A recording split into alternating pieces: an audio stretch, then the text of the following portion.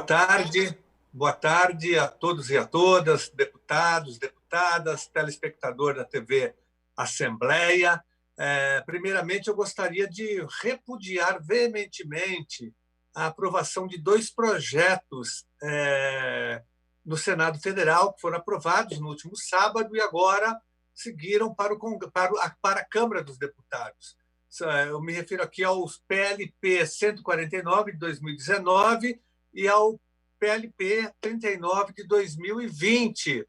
Ambos versam sobre o congelamento de salários de servidores públicos do Brasil, nas três esferas, na esfera federal, estadual e também na esfera municipal. Haverá um corte geral, um congelamento. Na verdade, o governo queria cortar 25% dos salários, mas houve uma ampla mobilização dos servidores, dos partidos de oposição, e aí o governo teve que recuar e foi aprovado o congelamento dos salários por 18 meses. Né? E não só o congelamento, mas também as progressões funcionais foram congeladas pelos projetos aprovados no Senado, as reestruturações das carreiras dos servidores. E o nosso repúdio ele é veemente porque é um absurdo atacar servidores. Eles atacam aí quem? Professores,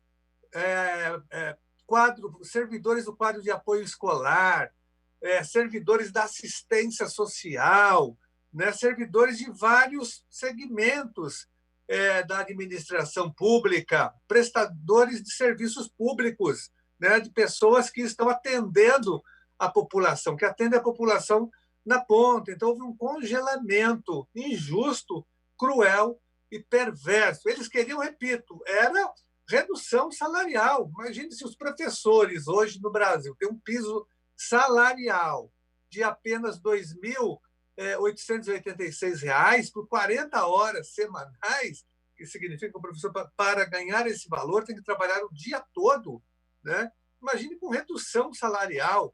Agora haverá congelamento dos salários de todos os servidores, exceto saúde e segurança pública, ficaram de fora, até porque seria demais, né, congelar os salários desses trabalhadores que estão arriscando a vida nesse momento para salvar a população nos hospitais, nas ruas, que são os serviços essenciais. Mas, de qualquer forma, uma boa parte do funcionalismo foi prejudicada com esses perversos projetos que foram já aprovados no Senado e estão sendo debatidos agora na Câmara dos Deputados. E nós estamos com as nossas bancadas na Câmara Federal fazendo oposição a esse projeto. Porque não adianta, eles elegem sempre numa crise fiscal o servidor público como bode expiatório da crise, mas não atacam as fontes principais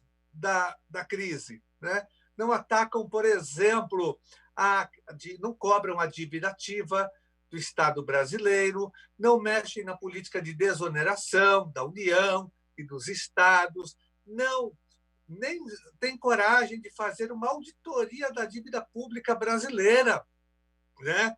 Que eu tenho certeza que é uma dívida com várias falcatruas. Nós já debatemos exaustivamente isso. A dívida pública brasileira consome quase metade do orçamento, né? E ela enriquece cada vez mais uma minoria, banqueiros nacionais e internacionais, rentistas e especuladores da dívida pública. Então, nós temos que mexer nesses setores, onde você tem a causa da desigualdade social. Nós temos que taxar grandes fortunas, taxar grandes heranças.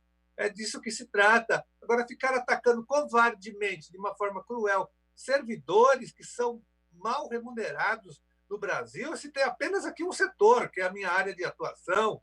Como professor, eu sei muito bem do que eu estou falando. Os professores que ganham mal no Brasil, né, que não têm valorização salarial, serão vítimas desses dois projetos aprovados no Senado, como eu disse, que seguem e que estão já sendo debatidos na Câmara Federal. Então, fica aqui o nosso repúdio a mais um ataque, a mais uma tentativa de penalizar os nossos servidores públicos do Brasil.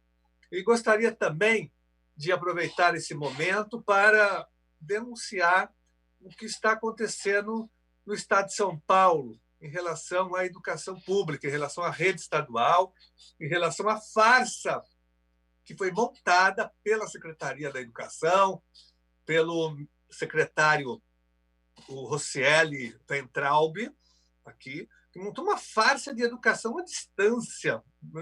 Nós estamos vivendo uma pandemia, uma boa parte da rede estadual não tem condições econômicas de ter acesso à internet, a aplicativos, aos computadores. Uma boa parte da rede vive em condições subhumanas, em favelas, em vilas, em subúrbios, em lugares afastados, né? E muitas vezes em cômodos com 10 pessoas morando no mesmo quarto, né? Sem cozinha, sem sala, sem escritório. Mas me parece que a Secretaria da Educação tem uma visão de uma família idealizada, de uma casa idealizada, de um aluno idealizado, que, na verdade, representa uma pequena parte da rede estadual. Um aluno que tem pai, que tem mãe, né? E esses pais podem ajudar nas tarefas escolares, e um aluno que tem um espaço para estudar, que tem computador, que tem celular, uma memória suficiente para abarcar os aplicativos, enfim, idealizar um aluno que não existe, é uma secretaria que não conhece os seus alunos, não conhece de fato a rede, e idealizou esse projeto que está penalizando não só os alunos, como também os professores. Os professores estão sendo duramente penalizados com uma carga excessiva de trabalho, de cobranças burocráticas, inclusive.